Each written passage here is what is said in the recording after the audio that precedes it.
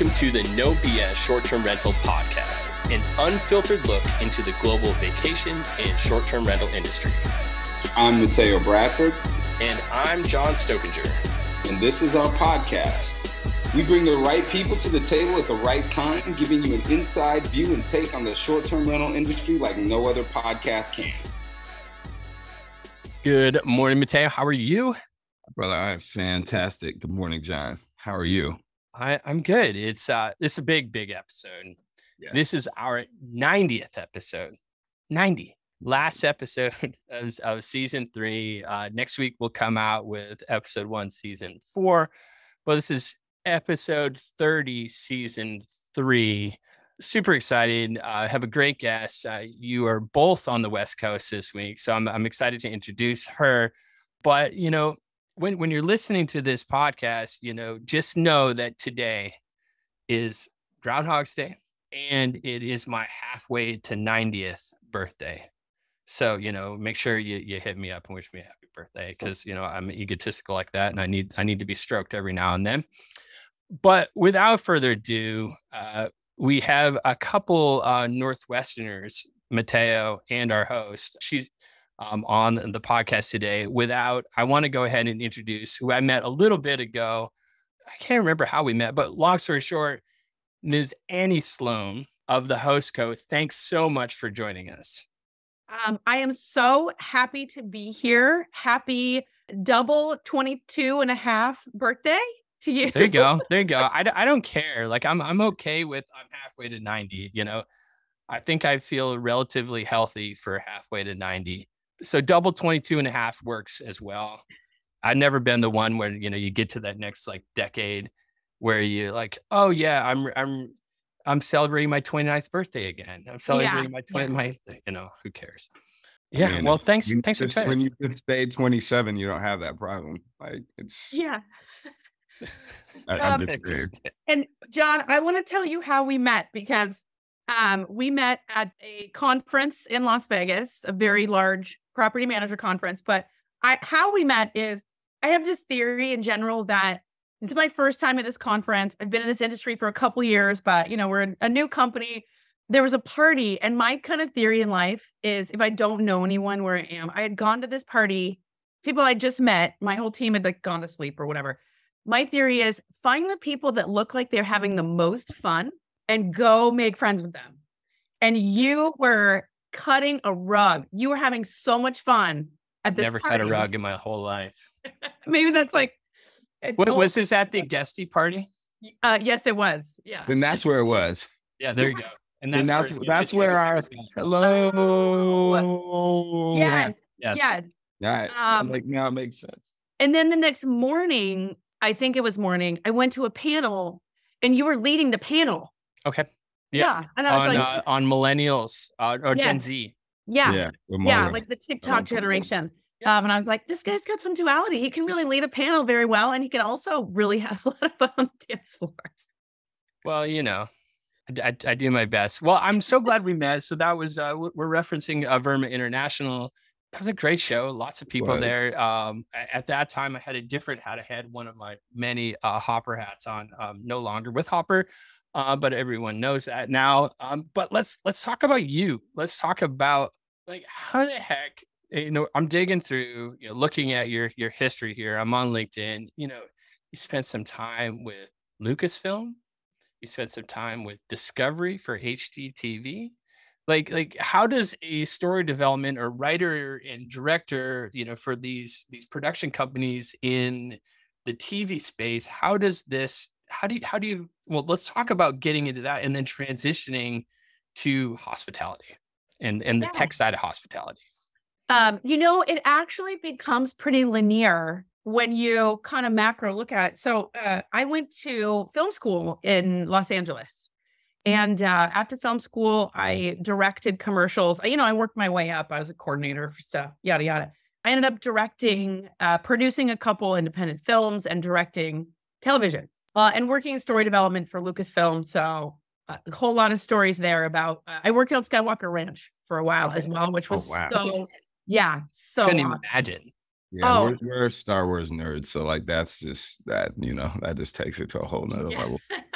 I'm deep in Andor right now. Right. So good. I'm deep. I think I'm on episode, I don't know, 7 or 8 or 9, like somewhere in there. I'm enjoying it immensely. Oh, it's so well. I think it's the best spinoff, right, of all of them. But so worked in development for a long time. I worked at ILM, so I worked on a ton of projects. Industrial Light and Magic, which is also a film. Us nerds caught that. Yeah. Okay. And I was directing television for HGTV. You know, every show that was good to the threadbare plots, Color Splash, Design to Sell, Design on a Dime, Landscape Smart, Curb Appeal, right? Directing, producing those shows. And that's where I met my co-founder, actually. And the joke is that, the joke is that we could flip a house in a week because those shows, which I think we all know this, they're not real. Yeah. You know, spoiler alert, they're not real. They're like, we just absolutely crush like so many people that are listening. Like, what? For real? You know, they'll be like, we flipped this house for $200. And it's like, great. Well, everything was donated and all the labor was free. So when you break it down, all you bought was the screws, right? You brought the screws and the paint and that's it. Right. Right. So from directing TV there, I'm in the Bay. So I was in Los Angeles and then moved to the Bay, started directing for a lot of tech companies. So I was doing short films. I was doing commercials for Samsung, right? I was working on projects for Google, for even Airbnb. I worked on a number of projects. Okay. And along the course of media went from when I started just being media, and then it became digital media, right? Because the internet, and then it just became digital. So that storytelling went from just the TV and movie medium to the internet to your phone, right?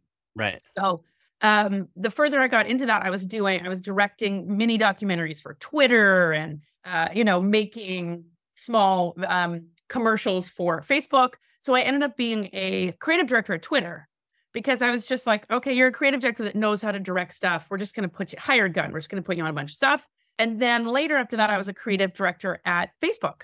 Right. Don't come at me. I don't work for either of those companies anymore. It's interesting. So I want to back it up because we were talking before. You're from Portland. Yes. We're both from Portland. We got that. We're gonna dig into that a little bit later. You worked at the old Will Vinton Studios. Yes. That's some Portland. Like that's how you know I'm from Portland. I was like, I haven't seen that in a while. And John, so I don't know if you know about like Will Vinton, who he was, what he did. He was like a puppeteer, and he did all of these amazing like clay animated, but like the old school way. And he was like huge in this area. So like when I saw stop motion stuff with like the clay. Yeah, it was kind of that stuff. Like, how did you get there? Like, I saw that's like it's your first experience. Was like an internship, or was that that's? It was my first job out of college, and I will tell you, my first job out of college, film school. Somebody knew somebody, right? The first job I have there, and I have my parents had a restaurant in Portland. I mean, I've washed a lot of dishes. I've worked a lot of places. This was at Will Vinton. My worst job ever for a short time. My job when I started, I worked the night shift in editorial. And what I would do is I would listen to the script on headphones of a show called The Gary and Mike Show that was a short-lived show for them. And I would have to break it down into mouth shapes. So it's claymation. So what they did is they would have a character and they would have like 10 different mouth shapes. And how they would stop motion animate is they would just switch out the mouth while they were talking. So my job, this is kind of early days, so I'm sure they've improved this, was to listen to the script, like in a dark room at night alone in industrial Northwest Portland, with headphones, and pick out which mouth shape they should be using the next day on the show. So I'd have to listen to it in slow motion, the script. It was basically torture. That sounds horrible. I'm not even gonna lie. That sounds horrible. Oh wow. Yeah. Sorry, I didn't mean to bring it up. I just thought I was like, claymation. Like I haven't heard of that in years. Yeah, it got better fast. I started working in the puppet hospital. So like working with the puppets and helping make them look better. It was a short-lived thing. And then they realized it was torture. And then they let me work. I don't know why they had me working at night, but maybe they thought you wanted to hang out in the Pearl, like, and be down there. Right? Yeah. Oh my gosh. That's so funny. To go back to the current time, not current, but where you were in the timeline, you said, don't shoot me because I worked at Twitter and Facebook, which is AKA Meta now. But it's, it is what it is. Like, these are all experiences that have transitioned you to, like, what was the point? Like, the last job that we see on your timeline was Facebook before going to the, co-founding and the CEO of the host co. Like, what was, like, why hospitality? Because there's nothing yet. You said it's digital, right? It's gone from media to digital, but like, what exactly, like, that transition, you said, oh, it's really the same, but on paper it doesn't look the same at all. So my co-founder Michael Hubbard, that I met at HGTV, he left HGTV after many years with a designer named Karen McAloon, who was on a ton of shows, and they started a real estate company. And their model was, we're going to find cheap houses, lots of houses in distress, Death Valley, Tahoe, Joshua Tree, etc. And they would flip them really fast. So their model was, because of course we've done this on TV, for years and years. So the takeaway is, we know how to flip them.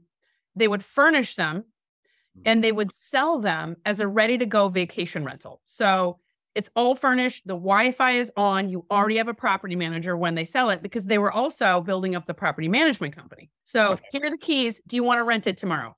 Right? There's no. Was it their own property management company? Yes. So it's Can you name that property management company on the podcast? Yeah, Times 8 Real Estate and Property Management, which a lot of that now is high des property management. They split those two up, the real estate and the property management. But this was at a time when they could get houses that were pretty distressed, right, and flip them really quickly. And they've been in New York Times, they've been in Dwell, they've been in, I don't know, a bunch of other magazines, right, and House and all that stuff, because they knew how to not only make them beautiful, just Instagram bait, right, furnish them really beautifully with a HGTV designer, sell that at a premium, and then the next day they're making 25%. Because they're already the property manager and the Wi-Fi's on and the pool works, right? So, right. And I'm sure it doesn't hurt to go ahead and this is, to splash and stamp of the HGTV designer stamp approval. I mean, these are all like super like easy. I don't want to say easy. It's not easy to do that. I don't want to downplay like the work that goes behind it. But when you can go ahead and use brands like that are well recognized, it does make it easier. Yeah. Yeah. And it's certainly, or the margins wider. Yes. Oh, yeah. I mean, it made it very easier to sell these homes for a higher rate as well, because you are getting that out of it. And Michael and I, beyond HGTV, have traveled the world together. We've gone to see the Dalai Lama. He's one of my best friends. Gone to see the Dalai Lama in Nepal. We've gone to India. We've gone to South America. And we're just lifelong travelers, right? So there's that element to it. But I bought a house from Michael, from his team. In owning that house, and I've rented out my home in Oakland.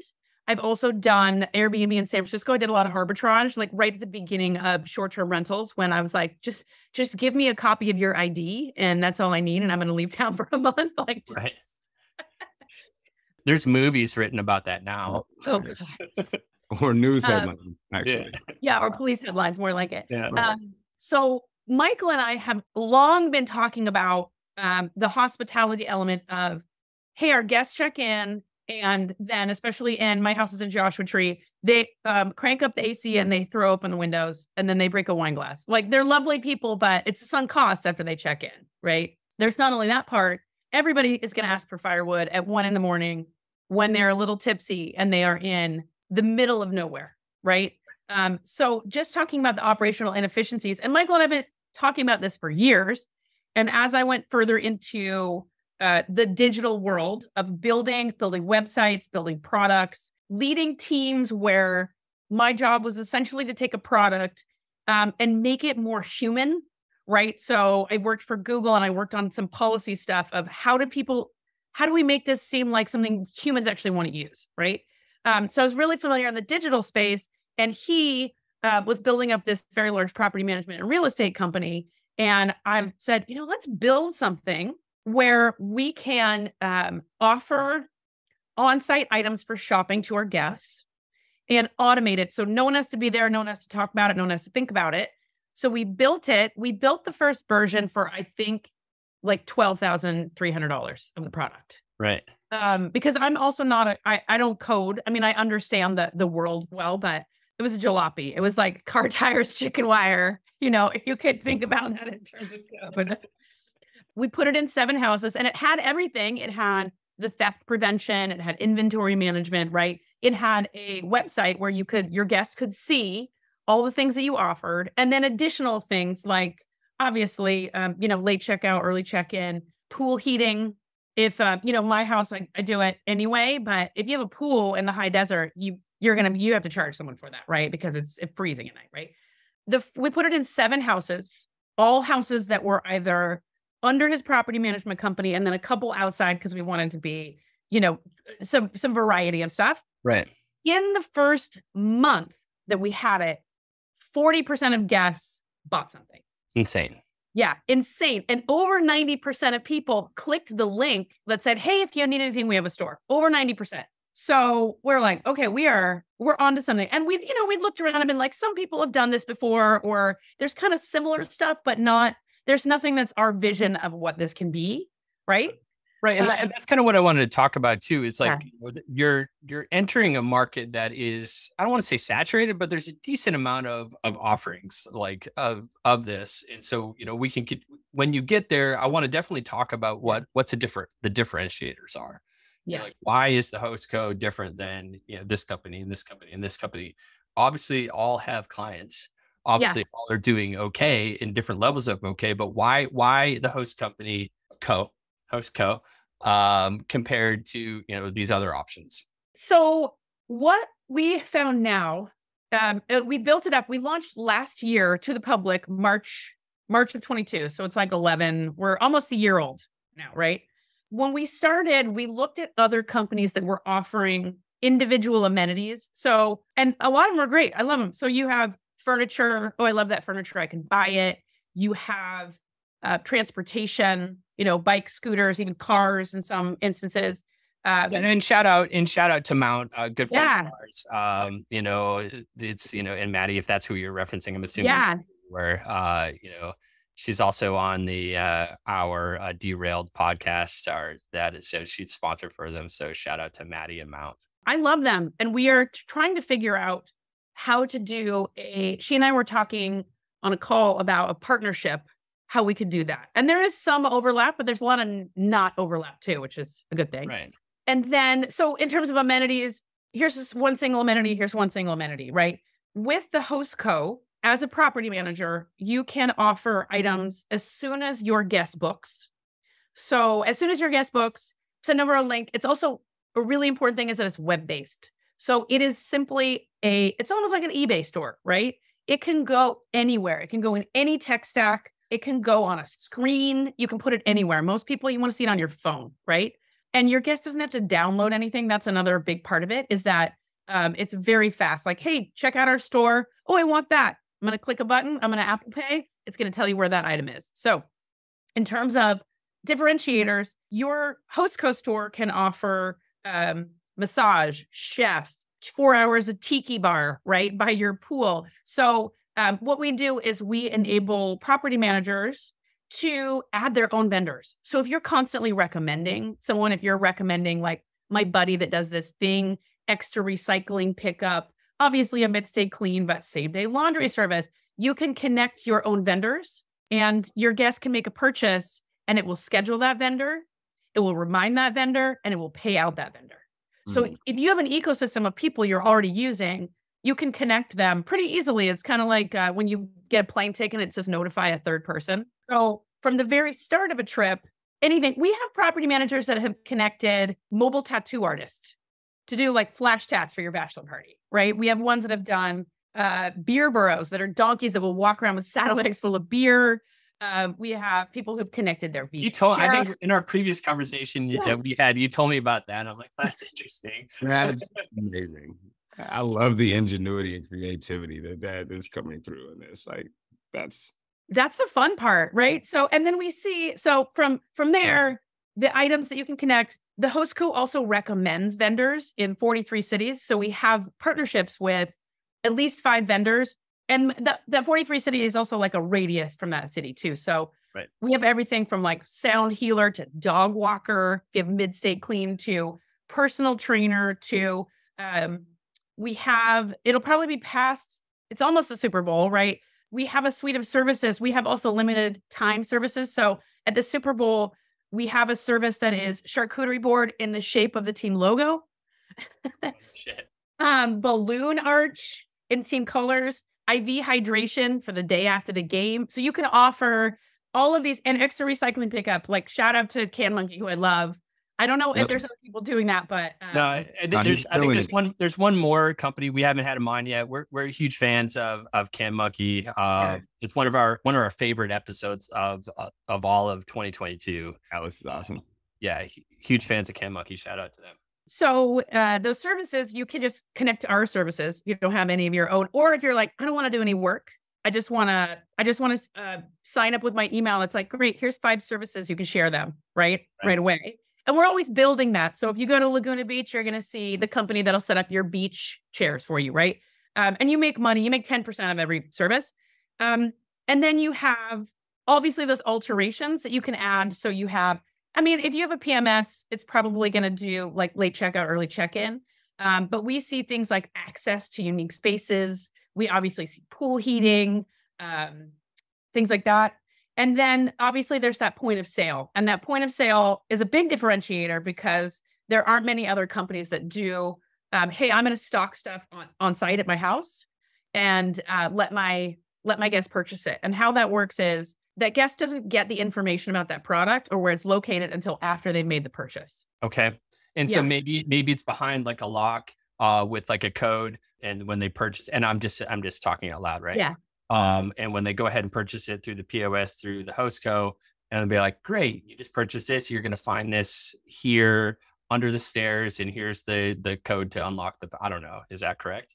Yeah. Everyone does it a little differently depending on the product. What we say is only have like 3 or 4 products. Don't do any, it'll be like paralyzing otherwise. And also don't ever sell anybody a soda.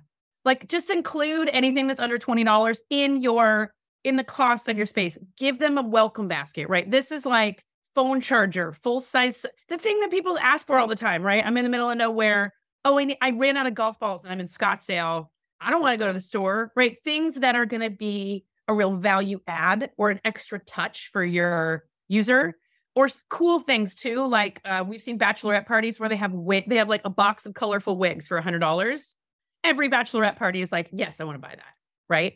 Right. And how that works is a lot of people will keep things just like in an out of the way space because you shouldn't have what a pain in the ass. It's a no BS podcast, right? So I can stocking stuff. It sounds like an awful idea. Have like 3 things that everybody want that you're going to make $100 on or $50 on, right? Each time. And maybe it's like, extra beach towels because every single person takes yours to the beach and they leave them there and they forget them, right? That's another thing, recouping your costs. The email. So let's say you buy something, you're like, oh, I forgot my phone charger. And I think we all know in short-term rental world, you're never going to get it back. You can't loan someone a phone charger who's staying at your house, right?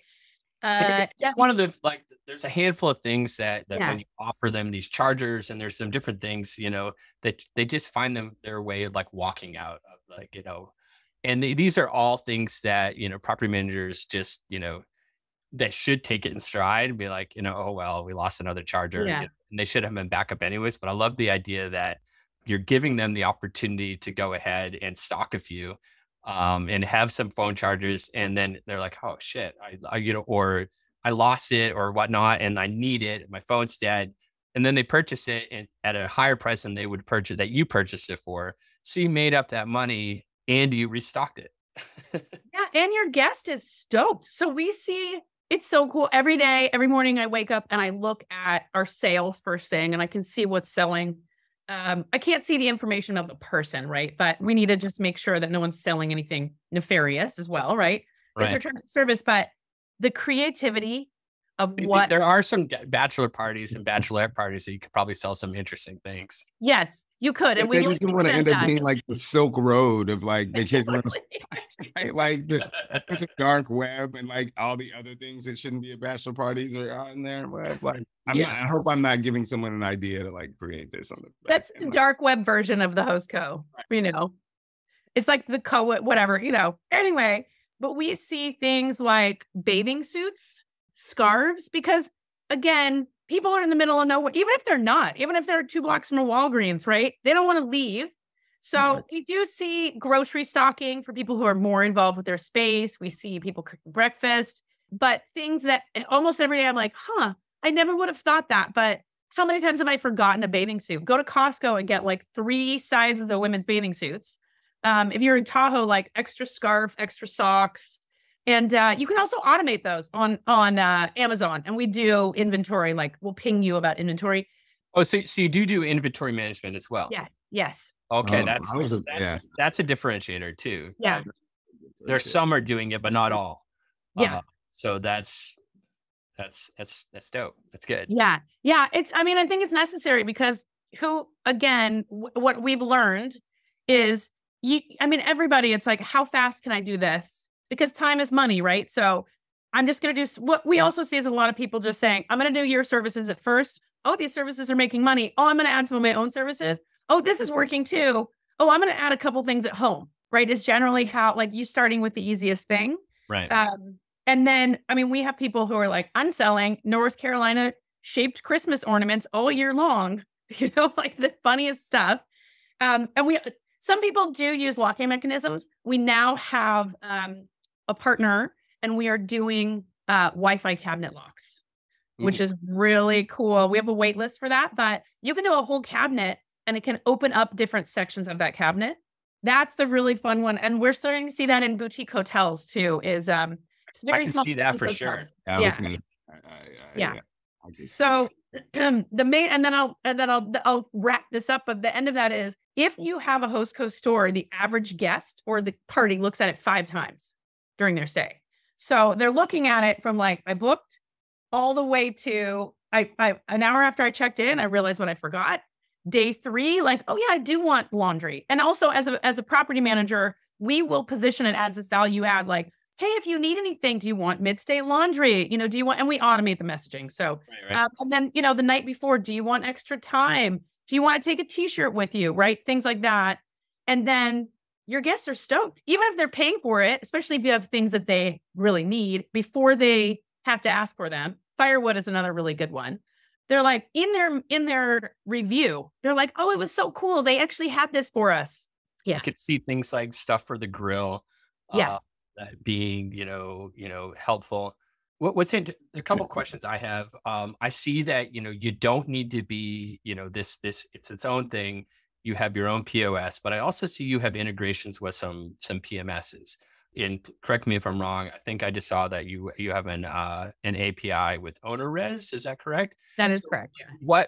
What does an API with property management software get you that, just being its own doesn't get you? So that specific API, the main thing that it does is it creates all your stores for you. So it's funny because when let's say you're like, oh, I've got 10 properties in Tahoe, right? It will pull in the name and the photo of your store into the host co.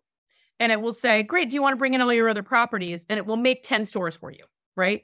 And it will also replicate all of the products in that store into all 10 stores. What we've found more recently, though, which is fantastic, the next step is in terms of sales and accounting. We haven't connected this part yet, but you certainly have a sales dashboard. You see what you're selling every day. You see what your remittance is. And then we have a CSV, so you can download that CSV. The next thing is just to import that into any accounting software should you need it. But that's a pretty easy, take this Excel and put it here, right? Right. But at the same time, if you can automate it through an API. Yeah. And then you're doing that. Or, every day when you're going ahead and you're pushing your charges through and you're doing your reconciliation, to have that there and have it automated and makes tons of sense. Yeah. That's the thing. But most of it, it's just a web link. Right. Not to be, but it literally is like, here's my eBay store. I mean, basically, you can put it anywhere, and you don't need a lot of connection, because it's just it's a standalone thing, unless you're scheduling, which some of that we don't need to do that now, because most of it is a standalone thing. What we've seen lately is we've seen property managers not make a store per house, because if you're not selling anything on site, you can have a store per city. So you can say, this is the blah, blah, blah store Phoenix, and you can use the same link for every single house, right? We have a mid-stay, very large property management company that is using one store per city, because all they're doing is saying, here are all of our vendors, right? Here's all of our services. That means that guest has to confirm their location when it gets closer to the time. But that communication is entirely between the vendor and the guest at that point. As a property manager, you're not doing anything. And all the vendors know, okay, confirm final location before you go. So that's another interesting element if you're not selling anything. Yeah. That's super smart. It's interesting though, because John, what it reminds me of is, we were having like the DEI conversation about like how to like show guests and how to like, there's always this conversation about like how to be welcoming to like all guests and make sure that guests have the things that they need without becoming a distribution center. And my thought was like, we'll put a vending machine on site and allow them to get silk hair wraps for African-American travelers or things that women travelers need that may not be in stock. Like, yeah. No, super smart. I mean, because again, this is stuff that I had no idea. Right.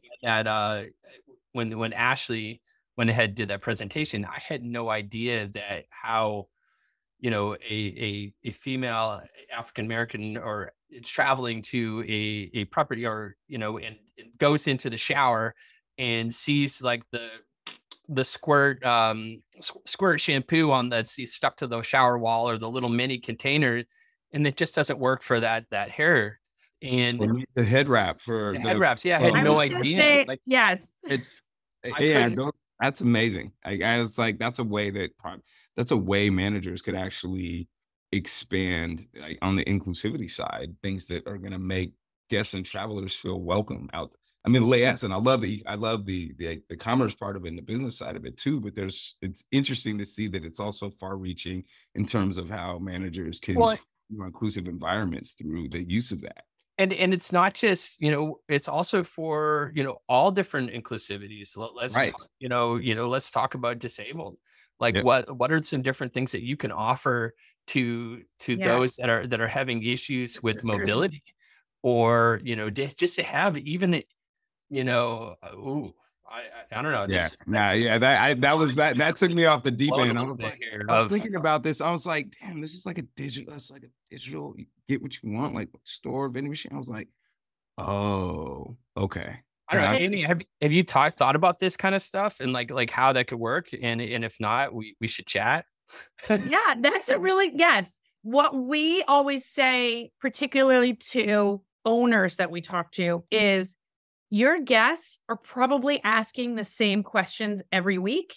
And if you have a property manager, and we'll say this property managers too, or that, someone that's managing the team, not on the ground, you're probably not hearing the things that they're asking for that you can't provide, because it's just becoming a no. Like, oh no, sorry, we can't do that. Or, oh no, sorry, we don't have that. I mean, that's like, getting your guest avatar anyway. Like, who is your guest? What do they want? This goes back to the very beginning of me saying, well, our guests I know what they're going to want, because they're asking for the same thing every week, often like the same time of day, and being able to provide that for them. That's part of good hospitality, but then expanding that, like, oh, what they love, or what they'd like. Or people often ask, if they're in an area, they're like, oh, we're here for the Laguna Beach Arts Festival. We would love where can we get a packed picnic basket to take into the festival? Right.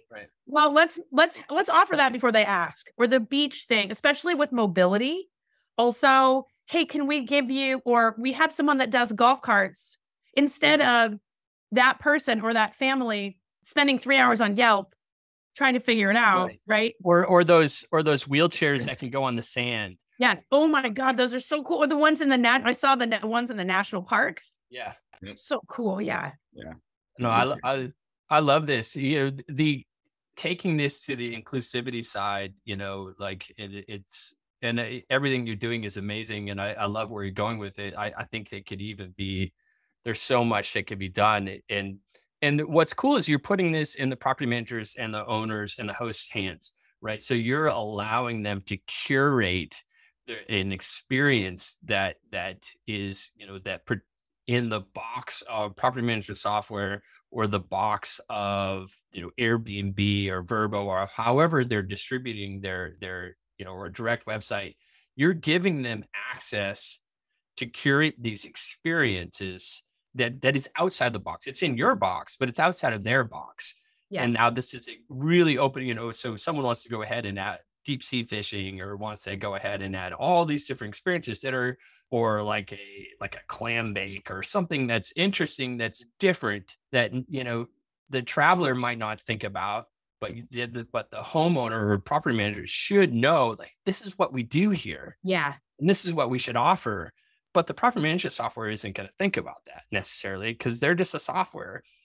And that I love how this all works together. Yeah. One of our, couple of our values in this as well are getting that money into that local economy. I mean, you have experiences from Airbnb, but the vendors that we pick, it's also, do they align with our values that are diversity? My co-founder's gay as well. So we're trying to get just the vendors that we work with, do they align with us, right? They're not like some massive thing. And moving that money into the local community is one. The other part of it is, so we're only in the US now. The intention as we grow is to get into other more rural areas in the world where, you have a grandma who's like, oh, I can finally sell my grandkids handicrafts and this bottle of water and this beautiful sun hat and this tote bag that you need for your hike. And they can eclipse their nightly rate by like 3x because there's so much competition. Let's say you're like in rural Brazil, right? $20 a room, but I would spend $60 on probably the stuff that's at the house, right? We have seen our first user eclipse their nightly rate in the US with Upsells. Yeah. Upsells, what was the product? What was it? Yeah. Good question.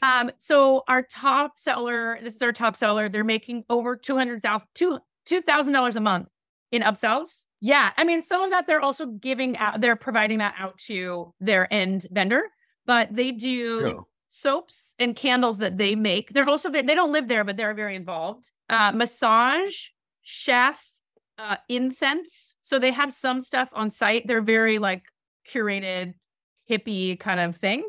And then I think most of it is massage, chef, and then those 3 products. And they're just over and over. And then sometimes they have linens as well on site when people are like, oh, like I think they're linen-y linens. Linen-y linens. Yeah, they're linen-y linens. I know exactly what you meant too. Yeah.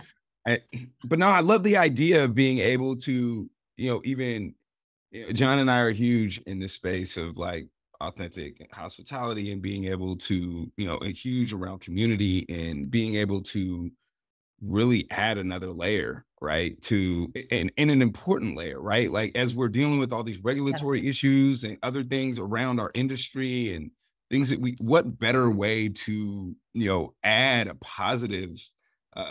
something positive to the economy and add something positive to the communities that we're a part of, as giving them a way into, actually profit, literally and figuratively, from associating themselves with our businesses and the right managers and the way this is supposed to be done. Now you're an asset to the community. You're involved in the community. There's meaning in the community. And that's what we need more of in this space. We need a lot more of this space. And I hadn't even thought about that. Like I thought the idea was cool before, but I keep learning about the layers that you keep adding. And like John was talking about a differentiator. That's a huge differentiator. Like, who's looking and not just saying, well, oh, how much shit can I buy off Amazon? Yes. And, stock my store with versus someone that goes to, Scottsdale or goes somewhere in Arizona or goes to Sedona and gets like Native American art or local art from the community. Central Oregon, right? Like, you're getting something from the Warm Springs Indians and you're actually bringing something to the economy and giving them the opportunity to participate in everything that they see going around them. So I love that idea. I think that's awesome and can't wait to see how you expand that. Thank you. This is a good, especially in an uncertain economy. So we have a property manager who told me that she connected her sister as a vendor. Her sister was like out of work or had a few different jobs but she's a tintype photographer. So she has one of those old cameras and it's her hobby, but she put her in her store. She manages like 8 properties. Hey, do you want some old school, total LA hipster bait, right? But you want some tintype photography, and boom, now she has another revenue stream. Amazing. Yeah. So you mentioned, not now, but in the future. Right now, you're just in the US, but you talked about potentially going global. But let's talk future. What's next for the HostGo? I'm sure we're gonna be seeing you at upcoming shows. We're excited to work with you. What exactly is next for the HostGo? So right now, we have a model. So how we make money is another part about how we're a business, right? So It's free to start, free for anybody. We get a 7% commission on sales. Okay. Which, you sell something that's $10, we get 70 cents. So not a lot. We add a convenience fee on the guest side that covers like the charges, the processing and all that, right? We have a model that is a 0 commission model, that is a subscription model that has a few bells and whistles, and we have a wait list for that now. It has less of a logo from us, so you don't see. I mean, there's just an H, like you can't even tell, right? But it further kind of melts into your system, so it just looks like it's part of your system. It has your logo at the top, etc. But 0 commission, and that's I think $9 a month is what it is. But some people are like, I don't want to pay the 7%, which is a part of it. And then we also have an enterprise model, which includes the Wi-Fi locks, which can be put on your West Elm sideboard.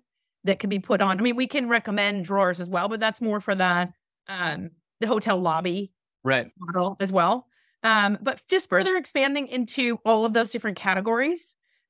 We started with that rental by owner. I have 3. I have 3 to 5 properties, and then that second model, that kind of pro model, and then enterprise, and see how far that goes. We have a lot of really cool interest from different companies too that want to do screens, right? I mean, screens are a hard one. You guys have probably talked about this a lot. It's like the screen's in your pocket, already, but exploring some of that, and then moving probably next into Canada, and then overseas from there. Love it.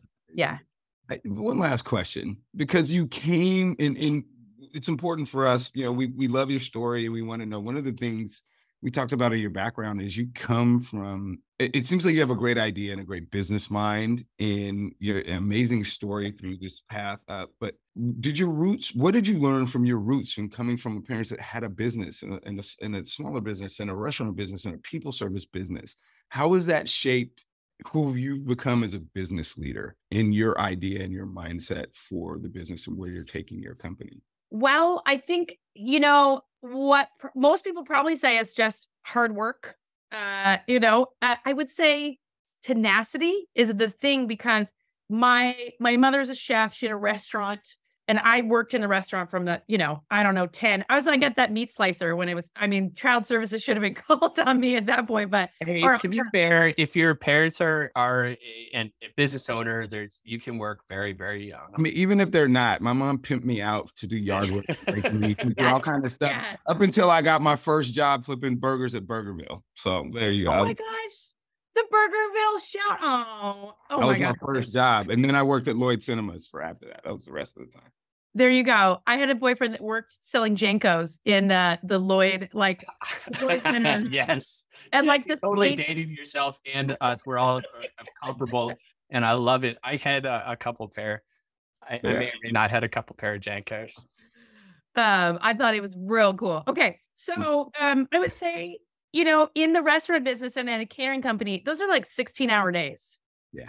And with building a business now, for me, I want this to be a long-term, durable, not just like, oh, we tried it, it was great, and then it goes away, right? How do you build? And a lot of that is one foot in front of the other, one piece at a time. We get so many cool opportunities, and oh my God, wouldn't it be cool? But chasing this, like just maintaining focus and just working. And the unglamorous part of I'm just going to work And then, things you look back, you're like, look at what we built. But it's hard to see it in front of you because it's flat in front of you until you build it, right? Yeah. No, I think you're spot on, right? Because one of the things we talk about on this program all the time with all of the people that come here is there's no one size fits all formula for scale, right?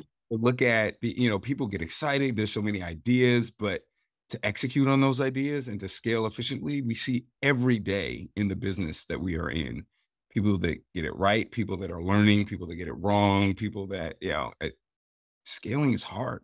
And how to do it appropriately is, I don't know if it's this, this mix of like chance, opportunity, and preparation, a little bit of all of those things and timing. But no, it's great to see what you're doing. And, we are definitely a big fan and we'll want to have you back on the show some point and follow up and see how you're, expanding this universe even farther. Like, John and I will nerd out, be like, are you going to bring like Star Wars to this? Can the kids in Orlando like order a lightsaber? Like, how does this work? So. I was just going to say, this is awesome. This has been wonderful. And I can't, a year from now, talking about where it's gone, right? Yeah. Is it for, and for you and everything you guys are doing as well. Well, again, thanks so much. We're going to go ahead and leave a link for the host co in the show notes and on our website. So if you guys want to learn more about Annie and what they're doing, please go ahead and click on the link. Like if you like our podcast at all, do us a huge solid. Go to Apple Podcasts, go to Spotify. Leave us a 5-star review, leave a little quote, a little review. Don't just give the star, actually type something up, take 2 minutes and help us out.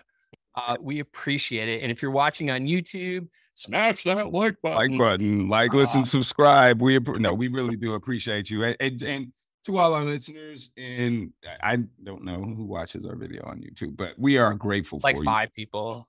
If you're one of the 5 people that watch the videos, we appreciate you as well. But no, we do appreciate our audience out there. And this 90th episode milestone, it just feels like we're getting started. John and I are having so much fun, but we are so grateful for our community out there in the short-term rental space and others. We get a lot of others too that just like our banter and love having amazing people like Annie on telling their story. So like us, tell a friend, and we appreciate all the love. Have a great week. Thanks again, Annie. Thank you. And before I'm gonna get killed by my team. We have a promo code. I don't know if you guys you can edit it out if you're no, do it. Do it. We're with it. Let's go. So at thehost.co, www.thehost.co. If you create a store and you add no BS in the promo code, you get $50 back after your first sale in your account. There you go. All right. You heard it here. No BS promo code. Store up. Thanks again, Annie. Thank you so much. And congrats. Thank you.